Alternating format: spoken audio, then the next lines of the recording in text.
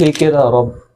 تعب وفقر ومفيش حاجة جاية معاها سكة، لا شغل ولا حب ولا تعليم. ليه كده يا رب؟ أنا ما استحقش كل ده. هرتاح إمتى بقى؟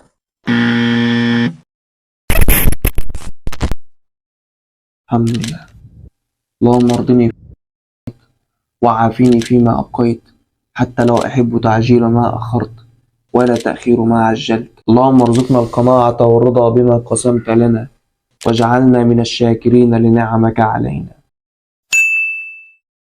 حاول تستشعر كل نعمة انت فيها، احمد ربنا على كل حال وفي اي وضع، وخلي في علمك ان امرك كله خير. كل ما عليك هو السعي بما يرضي الله فيما يرضيه، وتأكد ان الامر كله بيده. ولو ربنا اصابك بالسراء فتشكره وده خير ليك، وان اصابك بالضراء تصبر وده برضه خير ليك. واعمل حسابك ان الشيطان مش هيسيبك في حالك، فافتكر دايما الآية دي: بسم الله الرحمن الرحيم. الشيطان يعدكم الفقر ويأمركم بالفحشاء، والله يعدكم مغفرة منه وفضلا، والله واسع عليم.